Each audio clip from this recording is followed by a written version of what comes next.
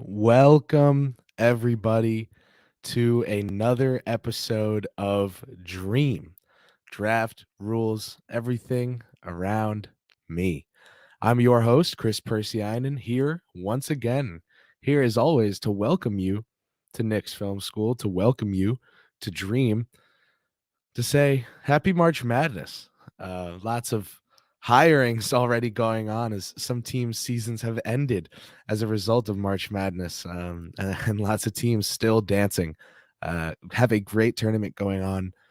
Shout out to the Fairleigh Dickinson Knights. Went to high school next to Fairleigh Dickinson campus, and did not expect to see that name in the tournament this year at all.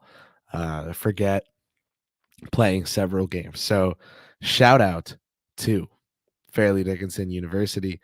Um, and I have to say one last thing before we get to some, specific prospects. I am, on the very much younger side of the KFS crew. And certainly do not have any personal memories of this player playing, but what I do know is that despite my age, I'm very aware of his legacy.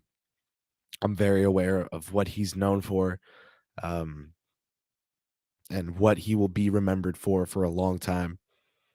And that's because of how great this player was, how great his moments were. Rest in peace to Willis Reed, the captain.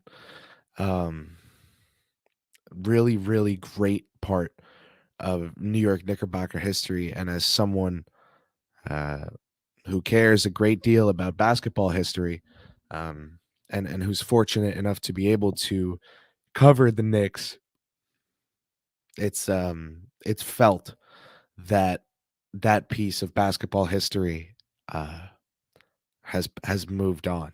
So rest in peace to Willis Reed. Um, I think it's really nice to see all the Knick fans online today honoring him. Um, it's a lot, at some point the game all comes around, and there's parts of the cycle that are not as fun. Um, so yeah, it's always tough to lose greats when you tell their story so often. Um, so yeah, I do think that, you know, we've got a great episode ahead of us, but I did want to take a second and just shout out Willis Reed for his incredible legacy as a basketball player. Now, in the men's bracket, which personally my bracket has been cooked. It's currently, at 83.4%. 83.4% on the bracket. Not fantastic. Not 90 even, but not the worst. I'll take it. Um, did I have Kentucky in the Elite 8? Maybe. Did I have Kansas in the Elite 8? Maybe. My final four: Alabama versus Kentucky and Houston versus Kansas. Uh yeah. So half of those teams are out. But my championship round was indeed between Alabama and Houston, both of which are still dancing. Two big prospects for this NBA draft in Jarris Walker for Houston, in Brandon Miller for Alabama.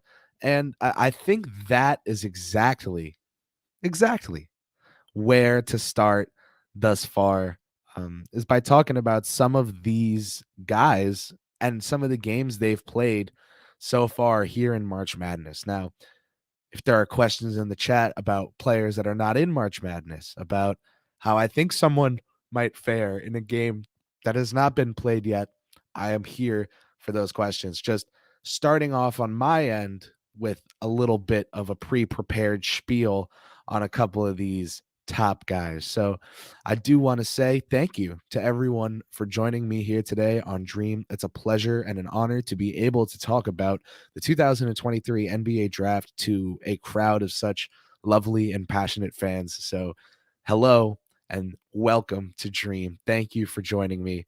let's talk about some draft prospects. So Brandon Miller of Alabama took 53 minutes into the NCAA tournament to score his first basket of that tournament for a wing who is known for his ability to help that round orange ball find the bottom of the net. Um, that was tough, right? But I think it was interesting to learn about Miller in that performance. Now, in his first two games in general, he was 5 for 22 from the field. Not great, not great, but he was held out of practice the last Friday with a groin injury. May not have been healthy for these games. Um, but Alabama took really both of them to the cleaners. Two blowouts, that they did not have a large score differential against their 16 seed matchup. And that's why when they got, Maryland in the second, that was going to be a wash. And Brandon Miller taught you other things about his game. If you have only seen highlight packages of his scoring ability, if you've only seen full games of his because he scored a lot in that game, well, he showed you other things in these games. So let's talk about it, right? You saw the size in that game. He looks big out there on the court. Um, he's a large player, and for him to be able to do so many things with the ball in his hand, that's really impressive given his size. And I think one of those things he can do that gets a little underrated is that he's really finding a knack for passing. Um, these the end of the season, these last few games, it feels like he's learning how to make reads that are in the flow of the game, that just more in the flow of the game. He was always passing nicely. It feels like now he's passing sharply and really intelligently. So, you know, the feel there just points going to that. Um, the ball was not finding the bottom of the basket. He didn't give up, didn't stop trying on the big stage. There are players who they're running their routes, they take some contact and they don't get the ball the first couple times, so they give up. This kid seems to love this stuff and love that adversity, and he thrived in the face of it. He showed his defense, showed his passing. Um, he showed how big his the size of his body, how big that is for his defense. And I think with the way he showed he can pass, he showed himself as someone that can make the game easier, for players on his team. He's not someone who you have to stand and watch cook in ISO. He's gonna help you cook too. Someone else I'd like to talk about um, is Jarris Walker. Jarris Walker, we know, power forward out of Houston, just like Brandon Miller, is currently, to me, a top 5 caliber prospect. Now, obviously, I have, you know, I have 6 guys that I think are top 5 caliber prospects in this year's draft, and those are Wembanyama, Henderson, Amen Thompson, Cam Whitmore, Jarris Walker, and Brandon Miller. Those are my top 6 players thus far in the 2023 NBA draft. I don't have a graphic made, but my big board's here on my phone, and those are the first 6 names on it. And I think those are all top 5 caliber guys. So I think, some years you have 3 top 5 guys. This year, to me, you've got 6. And that speaks to the strength of this draft class at the top of it. To me, Brandon Miller and Jarris Walker are 2 of those guys. So with Jarris, we can get right to his second matchup, because the first game Houston didn't look exquisite against their 16 seed matchup. Um, they did not look like they were going to blow them out, and so that's why Houston -5.5 against Auburn was something I was looking at pretty strongly, because when a 1 seed doesn't play that super well against a 16, they regress to the mean and play their game in that next game, even though the opponent is more difficult. Well, Houston was down by 10 at halftime to Auburn. And in a game where Jarris Walker was moving left, right, up, down, sideways, inside out, as fast as you thought someone at 6'7" could, he drew charges. He had 6 blocks. He was explosive athletically. And that is something I brought up in the first dream, that perhaps Walker had more athleticism from his IMG days than he showed this year at Houston, due to the fact that he is recovering from an injury. And you've seen him in tournament play basketball show that explosiveness. I really think that is there athletically for him. And it's why I've got him above Brandon Miller on my draft board. It's why I've got Jarris Walker as my number 5 overall prospect still. With Cam Whitmore at 4, with Amen at 3, with Scoot at 2, with Victor at 1. For Jarris Walker, to me, he projects into an NBA role from the second he walks in the league. He can stand in the corner and make the open shot. He can make defenses have to respect him, right? And when you look at his numbers from 3, they're low volume, and he's shooting 35%, which from the college line is old Julius Randle, old Christian Wood, Jeremy Grant, like from a couple years ago. Like these fours that couldn't shoot just yet, and they were fake shooting on like 3.5 attempts per game for 35%. That's where Jarris is at right now.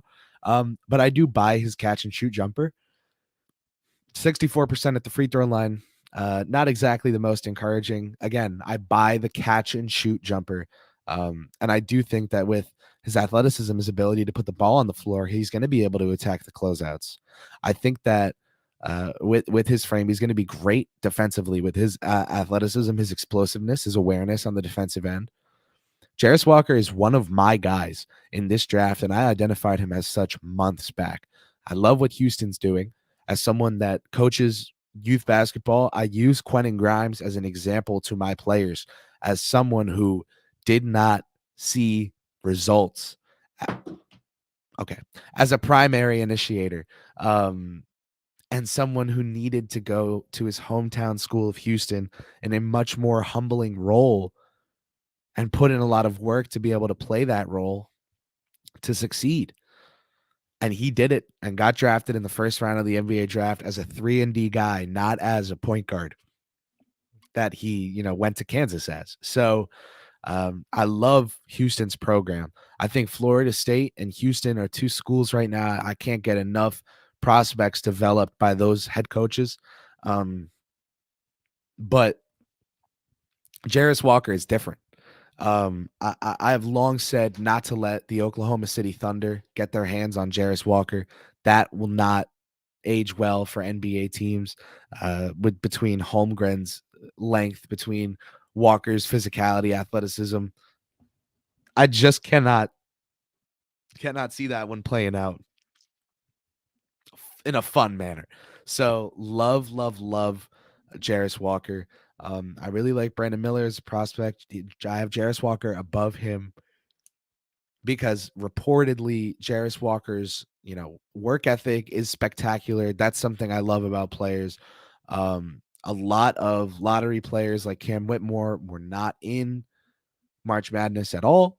Keontae George on Baylor, 3 for 19 from the field in his NCAA tournament weekend, out in the round of 32 with a loss to Creighton. So some of these guys that I really like in the top 10 of the draft, not even playing anymore. Miller and Walker both playing well, but Walker really doing it all on both ends of the court for Houston. Obviously, he's got some good guards. He's got Marcus Sasser on Houston.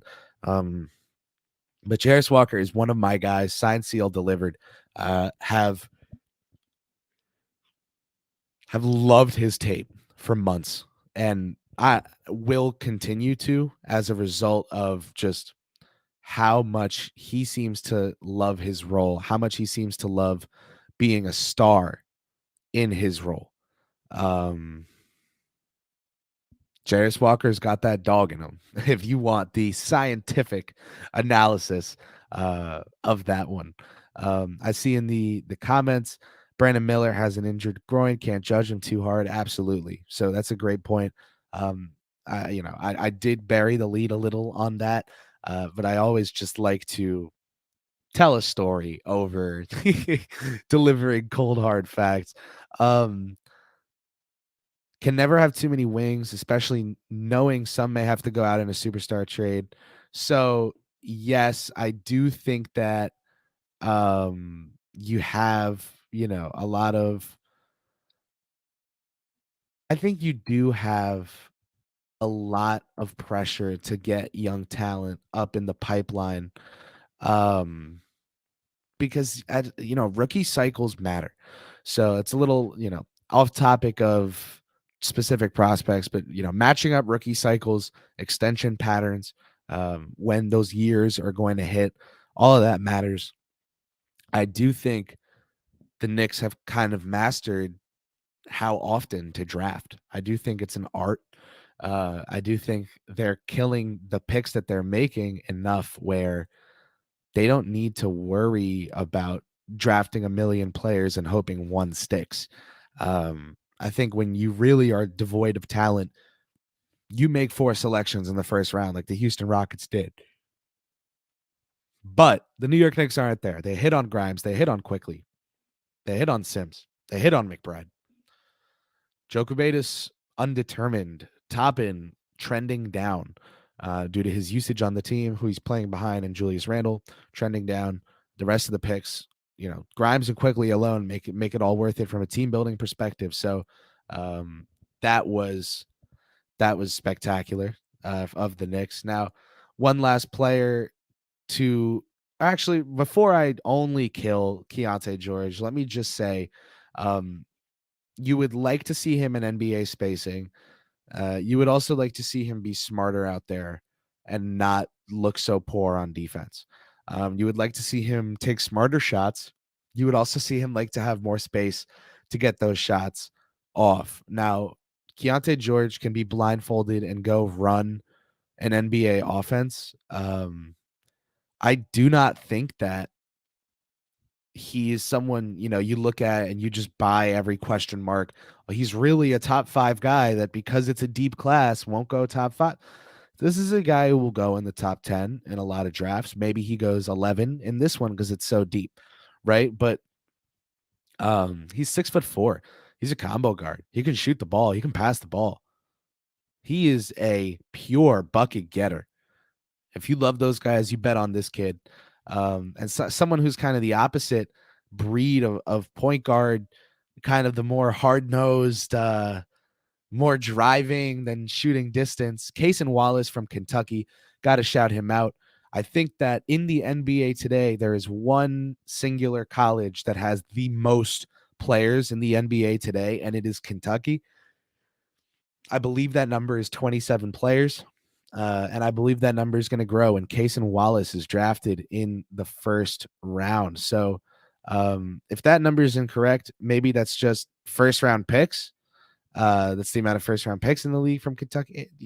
Maybe. I know Kentucky is like insanely well represented um, in the NBA today, and that it's just a matter of when for a lot of their draft prospects, not if they'll be drafted. Kentucky's great, and they've got Cason Wallace on their team. Now, Cason Wallace, in probably, I'll say definitely his last game at Kentucky, before heading to the NBA draft, he lost to Kansas State, got the best story in college basketball in Keontae Johnson. Um, if you don't know, quickly, I would like to share this. Keontae Johnson had athlete's heart, essentially a heart attack of sorts on the basketball court, and was unsure if he'd ever play his beloved sport again. He turned down a $5 million insurance cash out to 2 years after collapsing on a court, return to the game. Now, with no guarantee that he would ever be as good as he once was, he took back to his passion of basketball because he couldn't get away from the game, and he wanted to write his own story and not let an insurance company cash out be his story. He hit one of the biggest shots of March Madness thus far to help Kansas State keep dancing. They're going to be at Madison Square Garden this Thursday. It's a great story. It's a great story. Now, that's the team that ended Kentucky's season. In that game, Cason Wallace had 7 rebounds. So for a 6'3" point guard, he's a doggedy dog's dog. He had 7 rebounds in a tournament game. He also had 4 assists. You know, he can move the rock because with 21 points on 9 for 11 shooting, 4 assists is pretty darn good. Now, 2 steals on top of that, all over the place, creating defensive pressure, creating offense all game long. Um, Cut the first half out. Cason Wallace was 7 for 7 from the floor. Cason Wallace's teammates were 3 of 19 from beyond the arc. That's a shout out to ESPN's Jonathan Giovanni for that stat. Defense is his thing. He's a fantastic defender.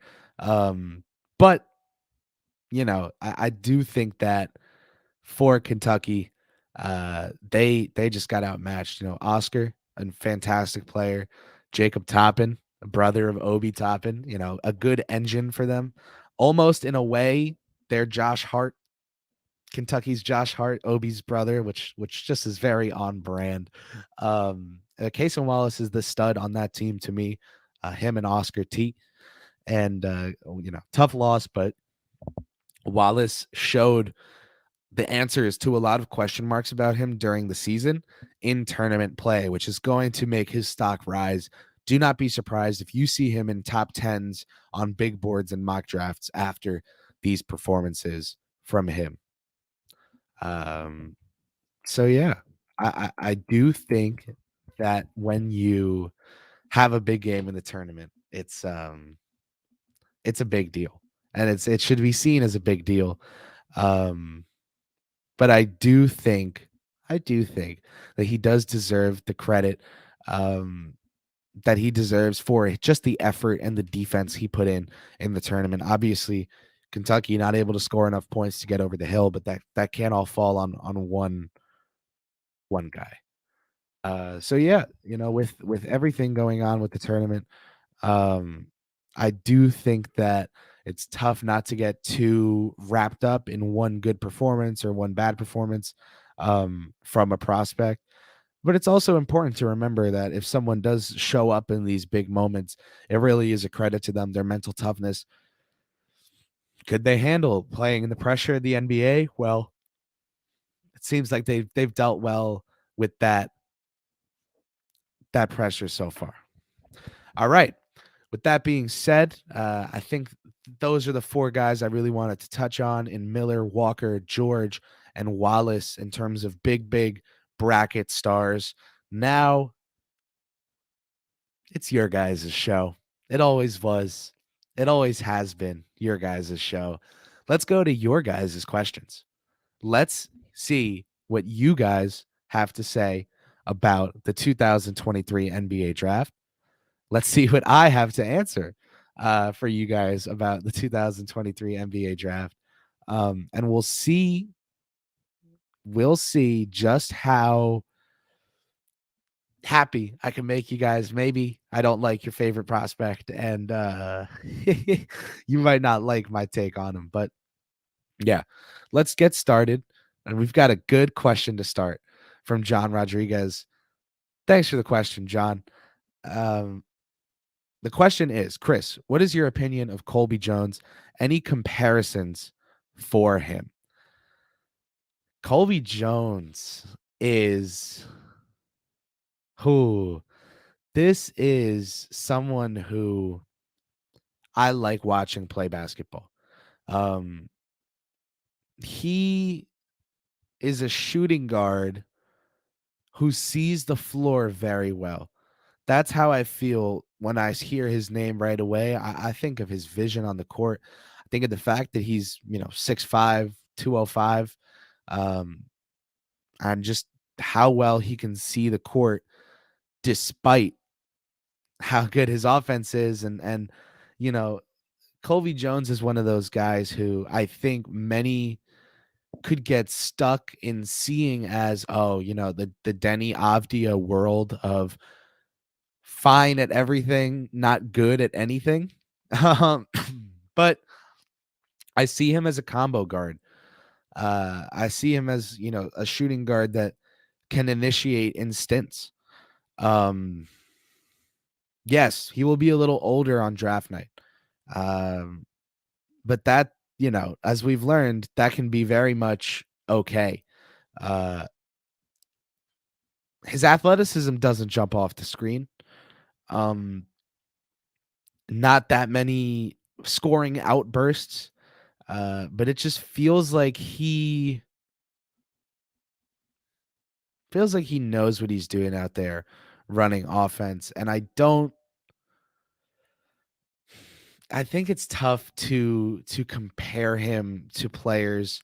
I get in trouble when I compare players to Knicks because people know the Knicks so well, that they might not, see it the same way. Quentin Grimes comes to my mind quickly, but I think he doesn't do enough initiation for my liking to be a Jones comparison. Who's Grimes that does a little more passing, a little less shooting, but has a good shooting number? Sorry. You know what? Give me 3 seconds to think, because if I just acknowledge that I need to think about this, I will come up with an answer for you.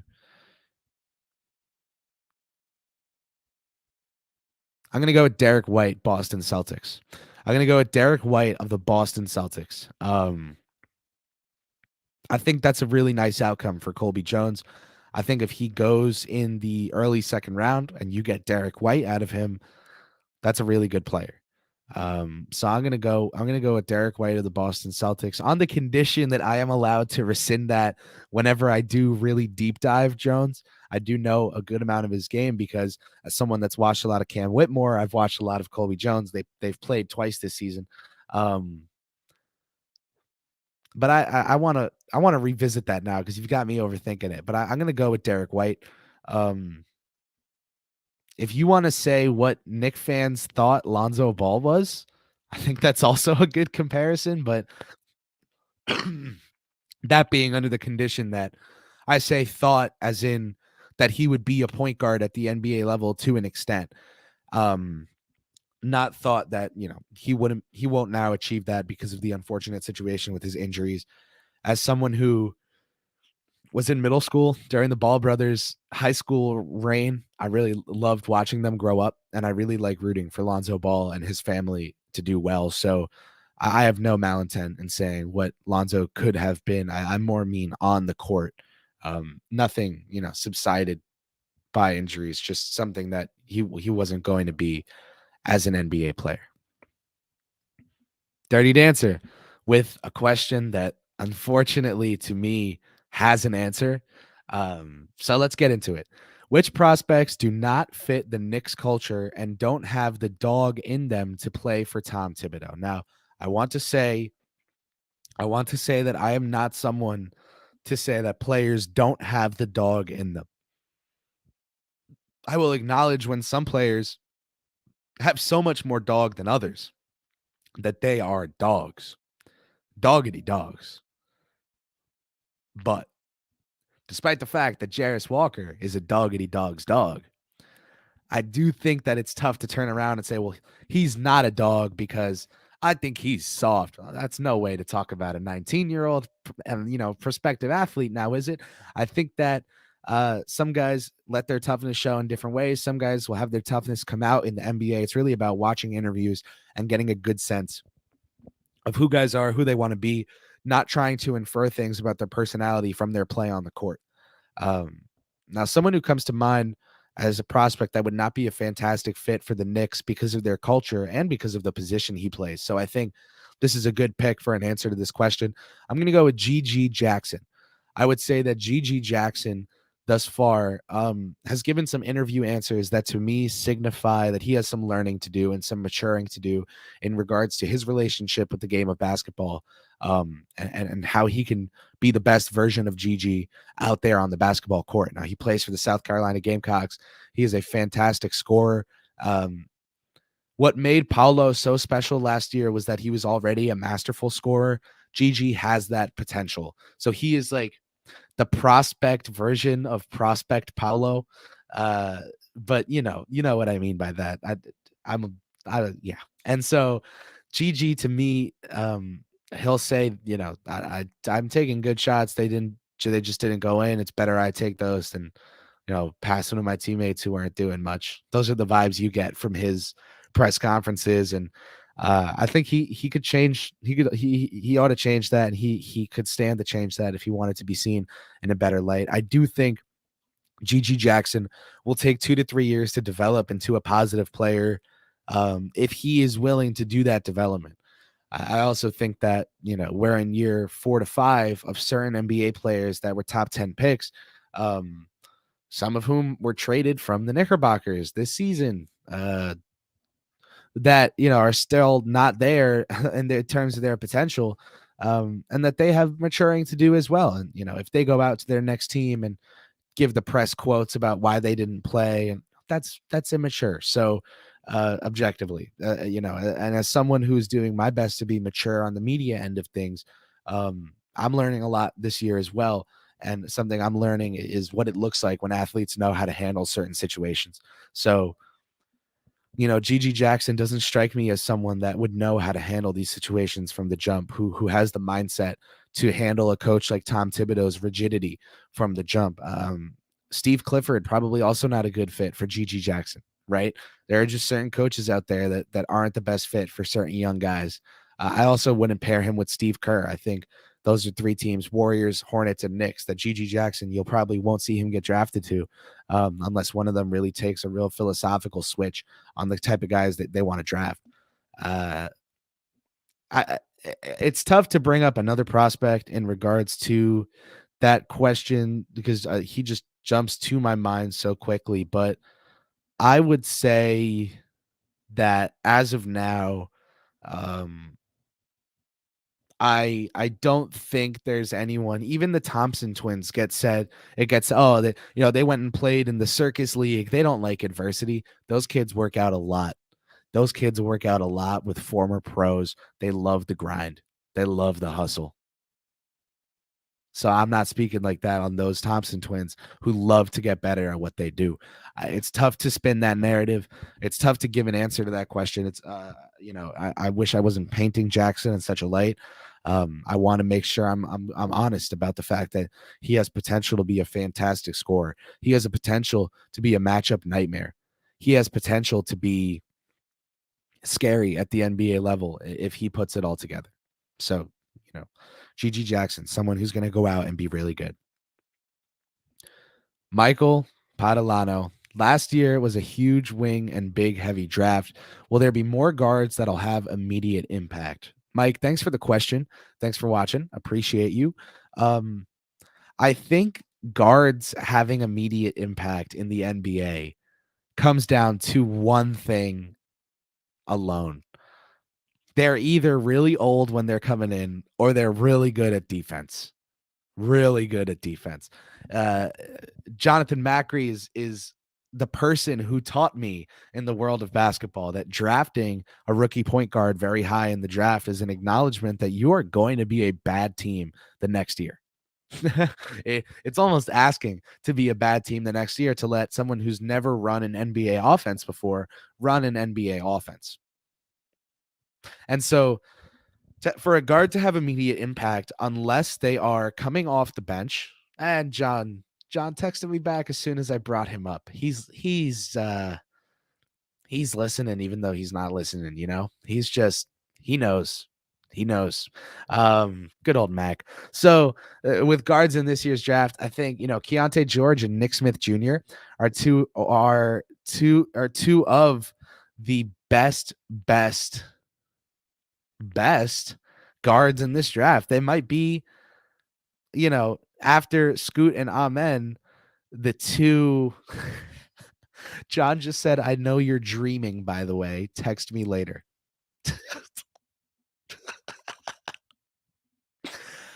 I love Knicks Film School. Go watch the karaoke video on Twitter if you haven't. I love working here so much. I love these people so much. I love you guys. So, Nick Smith Jr., Keontae George, these guys are going to need some time when they get in the league to get accustomed to missing shots and still contributing. Nick Smith, to me personally, Nick Smith of Arkansas can have that Jordan Poole, that Tyler Hero, that Tyrese Maxey, that Emmanuel Quickly type of offensive impact where he's coming in and running the show and things are running smoothly and the ball's finding the bottom of the net. You look at Scoot Henderson, I think he'll have an immediate impact. Michael, to answer that question, I think Scoot can have a more immediate impact than Ivy. I think Scoot would have gone number one in Ivy's draft. If not Paolo, then Scoot.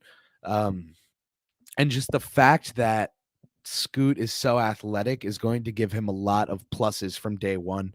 But Amen Thompson, he's going to be really good. He's going to be able to get to the rim the second he walks in the league, Michael, but he's not going to be able to defend at a high level. He's not going to be able to play make maybe super efficiently just yet. A lot of the turnovers will be there at first. He's got to get accustomed to NBA spacing, NBA pacing. And I think that some of these guards, asking for them to have immediate impact is setting them up to fail. But guys like Anthony Black and Cason Wallace, they're going to bring the defense to the table from day one. Guys like Amen Thompson and Scoot Henderson, they're going to bring the athleticism to the table from day one. Guys like Jalen Hood-Schifino, guys like Keontae George and Nick Smith, they're going to bring the shot making from day one. And guys like, even guys like Cason Wallace are going to bring the lockdown defense from day one. So lots of guards in this draft that I think can bring skill to day one of the table. But if I have to say they'll be a positive player from day one, I will not be making that bet, except maybe Cason Wallace is so good at defense that he's better on offense than Deuce McBride, as good at defense as Deuce McBride, an inch taller than Deuce McBride, and he's really good to start. So I can see that happening, but immediate impact is tough. I think maybe after a year, a lot of these guards are going to be very impactful. So thank you, Michael, for the question. Thank you all for the questions so far. You guys are asking great questions. You're making me think, and I love that. So thank you. Super chat from my guy. If you use TikTok, if you don't use TikTok, go on TikTok and look up Fountain of Hoop. You see this name right here. Go throw Fountain of Hoop a follow. This is my guy, and his TikTok page helps me roll like a pig in mud in my love for the game of basketball. I love supporting this guy right here. He never lets me down. He always puts out content that makes me tear up because I'm a basketball fan and so passionate about the game. Fountain of Hoop on TikTok. Go check him out right now, right after this stream. Go check out Fountain of Hoop. This is my guy for real. Thank you for coming through with the super chat, man. Yo, what do you think about Jordan Walsh? Jordan Walsh, if you don't know, is a player for Arkansas. He is often lost in the discussion of Anthony Black and Nick Smith Jr., as I just allowed him to be. So thank you, Fountain, for reminding me. Jordan Walsh is someone who is a unique kind of player, because I do think that with how raw he is right now, there are teams that would 100% bite on him in the early second round as someone who they want to bring in and develop and who they think can have a long career. I also think that Jordan Walsh has a big opportunity to bet on himself right now. That if he wanted to stay at Arkansas for one more year, get the ball in his hands more with Black and Nick Smith Jr. going to the draft, that he could really raise his draft stock. So Jordan Walsh has a big decision. He has a big opportunity to raise his draft stock if he stays at Arkansas. And now I'm Googling to make sure that I did not miss a draft declaration from him. No, he is not declared. Okay. So yeah, Walsh is a 6'7", 210, 205 small forward. Made it to the Jordan Brand Classic in 2022. And he may come back. He may declare. He is part of the big three at Arkansas right now. One of the 3 5-star freshmen, Nick Smith, Anthony Black, Jordan Walsh. All 3 were All-Americans. So, Walsh really, really was a big player. But things went from him being a potential first-round pick to a potential second-round pick to a potential undrafted free agent. He's got great physical tools. His rebounding is good. He's super strong. But he he did not do well this season in terms of putting the ball in the baskets, particularly from downtown. So when you shoot, Best of Arkansas Sports gave me this stat this morning. I read all these articles now from these small town publications, and I think it's really cool because I get to find out about all these local journalists.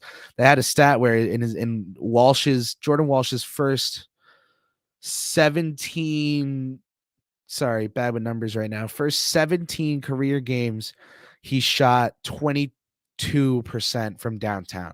I believe that's the correct number. It might be 23, it might be 24%. Fact of the matter was it was not good. And that Jordan Walsh, freshmen struggle, freshmen are raw, but he is a defensive player. He is someone who can keep his value up despite not getting the ball to go in the basket. And he just kept fouling out of games. Just kept fouling his way out of games. He'd always be sitting on the bench, 4 or 5 fouls, unable to play more because he fouled too much. So Walsh, very toolsy, very raw. I really think he could benefit a lot from staying another year. I think his stock could really skyrocket for next year if he were to stay. He could go in the middle to late first round next year if he has a great next year at Arkansas. But I do think that if he declares for the draft and goes in the late second round or gets approached about being an undrafted free agent, it's tough for him to be offended by that when he was poor this season, and teams just don't have the ability to risk that when it comes to young players nowadays. Teams are killing scouting. They're finding gems all over. The pressure to kill the second round is higher than ever. Fountain, I hope that was enough on Jordan Walsh. Got to nerd out a little. I watched Walsh this year play Fordham. So that was cool that Fordham got to play Arkansas, got to play Eric Musselman's team this year. You can go watch the scouting videos from the scouting report of that game from Jordan Walsh, and you'll see them playing, Kyle Rose, Antrell Charlton, and the Fordham Rams. Jason M, nice to see you, man. Appreciate you being in here. Thanks for the support. And thanks for the question. Can we talk Jordan Hawkins? He fits what this team has drafted, similar to IQ and Grimes. The problem is he is redundant with our roster right now. Yeah, I love this comment, Jason. I think you're seeing the vision. I think you're seeing the vision with Leon Rose and his scouting department in regards to the players they'd like to look at in the NBA draft. Jordan Hawkins on UConn, doing really well for them. He was born in 2002. He is 20 years old, so he'll be turning 21 this year. He made the Big East all freshman team last year, and then came back for a sophomore season. And if you'll allow me to find his statistics, hold on. Yes. He averaged in 29 starts in 29 games played in 30 minutes a game.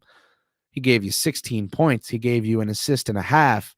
He gave you 3.8 rebounds per game, and did not foul out except once. Just one time he fouled out. Not a lot of blocks or steals, but active on that end and tries on that end. And then the other thing about Hawkins that's significant is he's 6'5", 195. So he's on the smaller side. If the Knicks did not have Emmanuel Quickley, Josh Hart, Quentin Grimes, RJ Barrett, Deuce McBride, all these guys that they have already drafted and are developing, I could see Jordan Hawkins or Julian Strother of Gonzaga being guys that they're interested in. But I do think the Knicks will look more at a bigger wing player.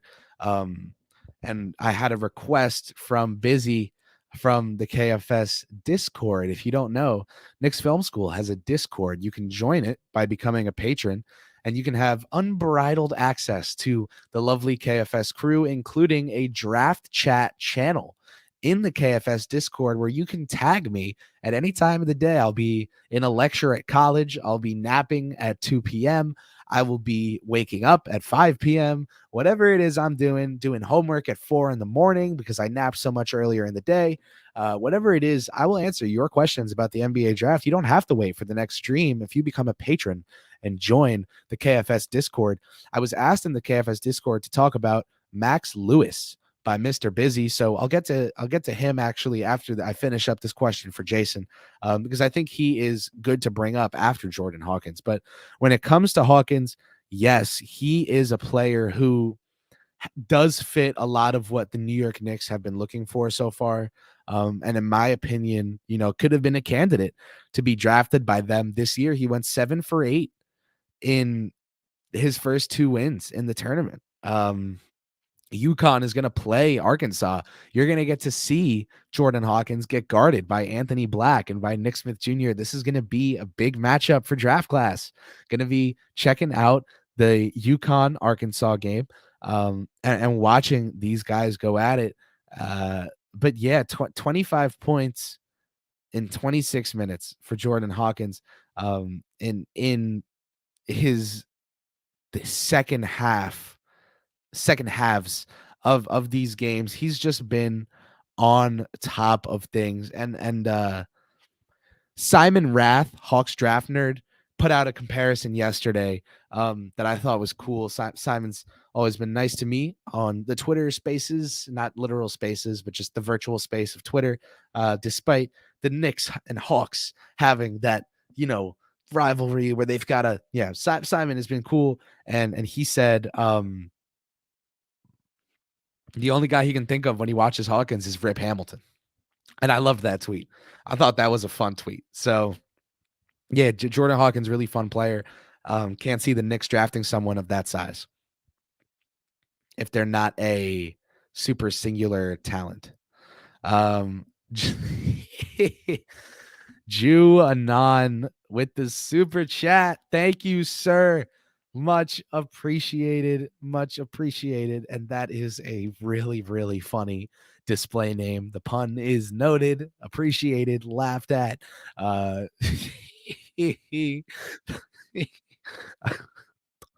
can't stop thinking of the time I met a KFS supporter at the Garden. And the first thing they told me was that to say hi to Jeremy and Benji from a fellow Jew, that he wanted to say hi to them. The KFS Jewish community is very strong, and the brand is strong. Thank you for the support. Seriously, I really think it's funny that we just keep seeing instances of fantastic support for KFS, from family members to us. That just makes me think how crazy it is that I get to talk basketball and salute you guys right back, that you guys enjoy it. So thanks for the super chat, man. I really appreciate you. And thanks for the laugh today with your display name. Does Zach Edey get drafted in the first round or second round? He looked bad against FDU. FDU, the shortest team in the tournament, was the team that sent Zach Edey, the possible, wooden player of the year, like packing home. Zach Edey will get drafted. Zach Edey will be drafted probably in the second round. I think Walker Kessler being such an oversight for so many draft Twitter people is going to result in a lot of draft Twitter people buying Edey, even if they don't really like him. I do think those two are different players. I've talked a lot to David Locke of Utah Jazz Team Radio about Walker Kessler. Can't say enough good things about his instincts and his defensive feel out there on the court. For me, with Zach Edey, he's got the size, he's got the look of a real big time shot blocking center, but that feel for the game, that natural understanding of, he knows offense so well that when he sees it playing out in front of him in reverse from a defensive perspective, he can jump it and be there ahead of it. I don't know if Edey is there with his processing yet. And to me, it signifies that, his height might not be as effective at the NBA level as it is in college. I'm not saying that I am marking Zach Edey to be guaranteed to have a Boban Marjanovic career. That's not what I'm trying to say here. I do think that teams are going to have to look at his film and think of all of his shortcomings, and if they are really willing to work on him with those, Do you want me to get crazy? You take a look at Brooke Lopez's game and how it evolved over the years. Look what he does right now, uh, for for for that Milwaukee team. Look what he does right now for the Milwaukee Bucks. Um, he is a different player than the player that 11-year-old Chris Persianen used to go see at the Izod Center that he'd root for because my mother's maiden name is Lopez. I am half Dominican, as you know, remains a shock to many. Um, and so with my mom's maiden name being Lopez, I always rooted, unsurprisingly, for Brooke Lopez. This is a much different player than that Brooke Lopez. Can Zach Edey undergo a similar sort of career transformation where he starts out scoring, but over the course of his career learns how to be good at other areas of the game? Um, I don't know. I do think that I have yet to deep dive him um in a significant way where I'm comfortable saying I know how this guy's career is going to go. But I just do think that it's important to note that the height isn't everything. Yes, he looked bad against FDU. FDU game plan for him all year long. They watched that kid play and they were ready for him and they threw pressure at him that he was not ready for. So, are great players supposed to overcome that? Yes, but you know, Painter always loses early in the tournament. I'm not trying to slam on the Boilermakers here, but that, you know, of course it was Purdue that lost to them. So yeah. With that being said, I want to thank everyone for coming to Dream today. I want to thank everyone for bearing with the technical issues at the start. Completely my fault. You are soon going to see an announcement from me on Twitter that I had a project I was working on today.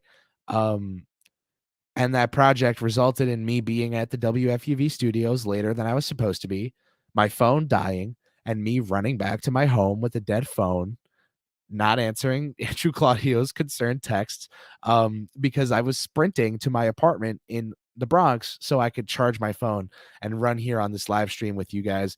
That is the life of a college broadcaster who is involved in athletics, who is in several classes, who works for WFUV Sports, who works for Knicks Film School. It is a mess, and I apologize directly. I just wanted to be really transparent as to why I was late, and let you guys know that you are so appreciated, you are so loved, and you are so cared about on my end.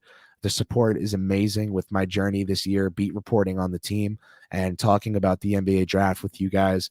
To my people at Knicks Film School that have been there for me, GMAC included, especially included, thank you. You mean a lot to me. And to everyone watching right now or listening later, you mean a lot to me as well. Thank you for supporting my work as I continue to not sleep and work my butt off trying to make sure that my work is worthy of being supported. It's nice to know that I have you guys there rooting and cheering me on. So thank you everyone for tuning in to Draft Rules, everything around me. Dream.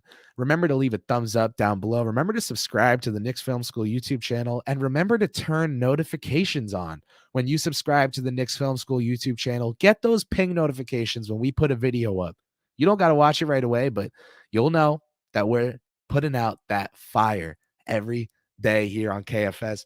Leave a 5-star rating and review on Spotify, on Apple Music, wherever you get your podcasts. And thanks once again for tuning in to Draft Rules, everything around me. I'm your host, Chris Persianen, thanking you one last time for spending your time with me and signing off.